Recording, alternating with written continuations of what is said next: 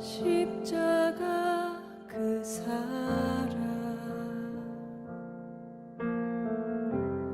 멀리 떠나서 무너진 나의 삶 속에 잊혀진 주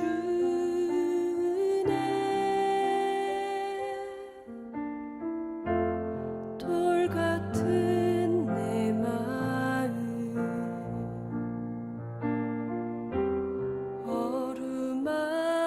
어루만지사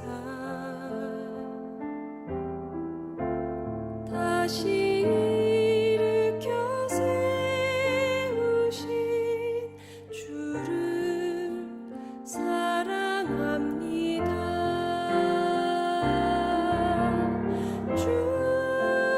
나를 보호하시고 날 붙드시리. 나는 보배롭고 존귀한 주님의 자녀라. 주 나를 보호하시고 날 붙드시리. 나는 보배롭고 존귀한 주의 자녀라.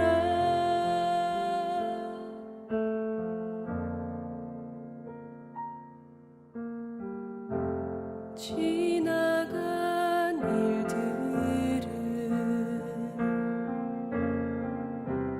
기억하지 않고 이전에 행한 모든 일 생각지 않으리. 사막의 강물과 길을 내시는 주, 내 안에 새 일 행하실 주만 바라보리라. 주 너를 보호하시고 널 붙드시리. 너는 보배롭고 존귀한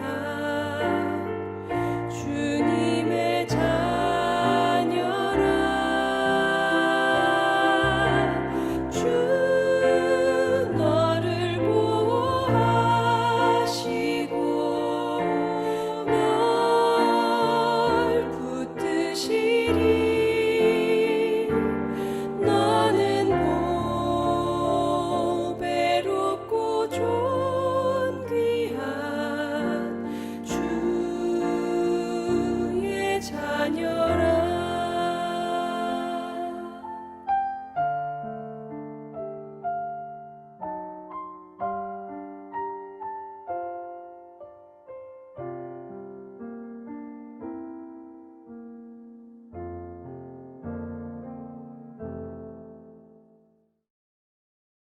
오늘 우리에게 주시는 하나님의 말씀은 요한복음 13장 3절에서 11절의 말씀입니다.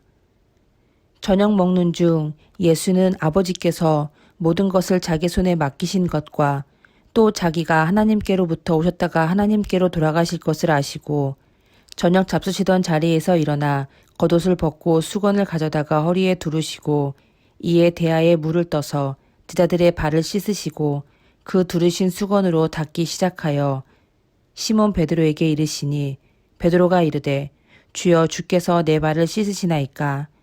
예수께서 대답하여 이르시되 내가 하는 것을 내가 지금은 알지 못하나 이후에는 알리라.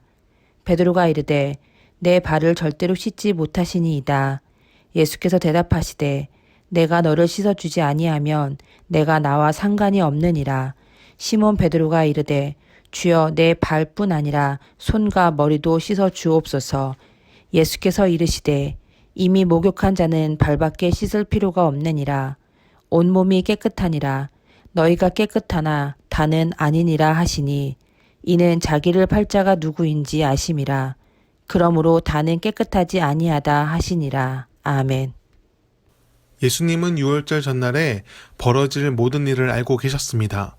그것은 사람들의 죄악으로 인해 저질러지는 일이었지만 하나님은 그 일을 통해 완전한 구원을 이루시기로 하셨습니다. 모든 것이 하나님의 계획 안에 있었습니다. 그러나 그 고난은 가짜가 아니었습니다. 예수님이 당하셔야 하는 고난이었습니다. 사람이라면 그 마음이 심란한 것이 당연합니다. 외롭고 고립감을 느꼈을 것입니다. 하지만 예수님은 전혀 다른 행동을 하십니다. 식사를 하시다가 자리에서 일어나 제자들의 발을 닦아주셨습니다. 사실 발을 닦아주는 것은 스승이 할 일이 아니었습니다. 이스라엘 문화에서 발은 더러운 곳에 해당합니다. 건조기후 지역이다 보니 모래가 많이 날리고 모래를 잘 빼내기 위해 신발을 얼기설키 만들었습니다. 당연히 발은 쉽게 더러워집니다. 그래서 집으로 돌아왔을 때 제일 먼저 씻었습니다. 그리고 손님을 영접한다면 제일 먼저 발 씻을 물을 내주는 것이 예의였습니다. 부유한 집이라면 하인을 시켜 손님의 발을 씻겨주도록 했습니다. 이것은 당시 하위 문화에도 영향을 끼쳤는데 발에 사람을 비유하는 것은 모욕으로 받아들였습니다. 곧 발은 하인들이 씻는 것이었고 존경하는 스승이 굳이 만지게 해서는 안 되는 것이었습니다. 그것을 아는 베드로는 예수님이 자기 발을 씻지 못하도록 합니다. 지극히 상식적이고 스승을 존중하는 태도입니다. 하지만 예수님은 내가 지금 내 발을 씻어주지 않으면 우린 아무런 상관이 없다고 말씀하십니다. 여기서 상관이란 연결됨을 의미합니다. 친밀함과 유대감, 그리고 사랑하는 관계 모두를 포함합니다. 곧 가족처럼 가까운 관계를 말하는데 예수님은 발을 닦아줌을 통해 제자들을 향한 애틋함을 나타내셨습니다. 곧 이 세족식은 마지막 가르침인 동시에 제자들을 향한 사랑의 표현이었습니다. 예수님은 가장 낮은 자의 위치에 내려갈 정도로 그들을 사랑하셨습니다. 베드로는 그 의미를 알았기에 손과 머리도 씻겨달라고 말합니다. 자신도 예수님만큼 사랑한다는 표현인 동시에 언제나 주님 곁에 있겠다는 뜻입니다. 하지만 불과 몇 시간 뒤 베드로는 예수님을 모르는 사람이라 부인합니다. 그토록 사랑하는 스승이라고 표현했음에도 죽음의 공포 앞에서 그 마음의 고백이 무너져 버립니다.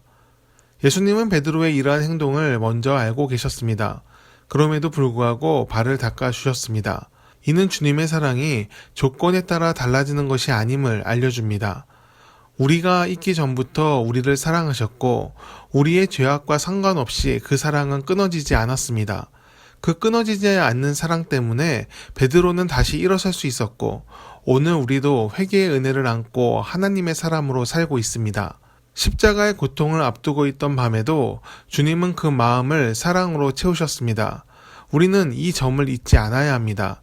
많은 사람들이 고난을 겪을 때 절망과 무기력감에 빠집니다. 자기 연민에 빠져 주변을 돌아보지 못하고 더 깊은 상처를 주는 경우도 많습니다. 사랑했던 것조차 잊고 가장 가까운 사람을 멀리하기도 합니다. 그것은 답이 아닙니다. 사람들은 고난이란 문제가 해결될 때 벗어날 수 있다고 생각합니다. 하지만 결과보다 과정이 더 중요합니다. 어떤 과정으로 고난을 벗어났느냐에 따라 삶이 달라집니다. 주님은 가장 공고한 순간에 자신의 사람들을 돌아보셨습니다. 여전히 사랑하셨고 그것은 십자가에 달린 후에도 마찬가지였습니다. 주님을 부인하여 죄책감에 빠진 베드로에게도 주님은 먼저 다가가셨습니다. 베드로에게 3번의 사랑을 말씀하시며 발을 닦아 주셨을 때처럼 지금도 여전히 사랑함을 알려주셨습니다. 베드로는 그 사랑에 감격하여 주님께 모든 것을 드리고 주님을 위해 사는 사람이 되었습니다. 베드로의 마음이 사랑으로 채워졌음은 말할 필요도 없습니다. 우리의 마음도 사랑으로 채워지길 바랍니다. 공고한 순간에 더 사랑으로 함께하는 사람들이 되기를 바랍니다. 주님이 죽기까지 우리를 사랑하신 것처럼 우리도 우리의 모든 것으로 주님을 사랑하고 주님께서 우리에게 허락하신 사람들을 사랑하길 바랍니다. 믿음, 소망, 사랑 중에 그 중에 제일은 사랑이라고 했습니다. 그것은 사랑이 믿음과 소망이 존재하는 근거이기 때문입니다. 주님께서 우리를 사랑하신 것처럼 우리도 세상을 주님의 사랑으로 사랑하길 바랍니다. 사랑으로 모든 것을 이기는 믿음의 성도들이 되기를 축원합니다. 기도하겠습니다. 사랑이 가득하신 주님의 마음을 담길 원합니다. 제자들을 죽기까지 사랑하셨고 스스로 낮아지는 것을 마다하지 않으신 주님을 기억하게 하옵소서. 주님의 본을 따르며 그 사랑을 나타내는 삶이 되게 하옵소서. 연약하고 쓰러질 때마다 다시금 일어나 주의 길을 걷게 하옵소서. 주님께서 사랑으로 모든 것을 이기신 것처럼 우리도 사랑으로 승리하게 하옵소서. 예수님의 이름으로 기도합니다. 아멘.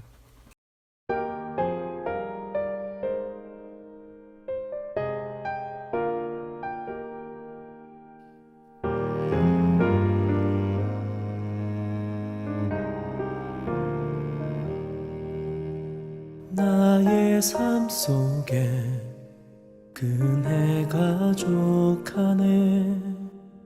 날 사랑하신 그네 가족하네. 내 삶의 값진 금과 은은 없어도 십자가 사랑 그네로 족하네.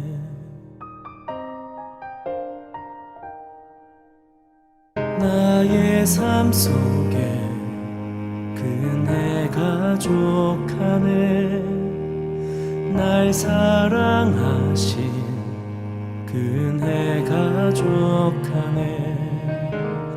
내 삶의 값진 금과 은은 없어도 십자가 사랑 그네로 족하네. 한없는 주의 은혜 내 삶을 채우시니 소망 없는 나의 삶에 그네 가족하네. 한없이 약한 내 삶 깊은 한숨 내쉴 때 주님 품에 안으시니 그네 가족하네.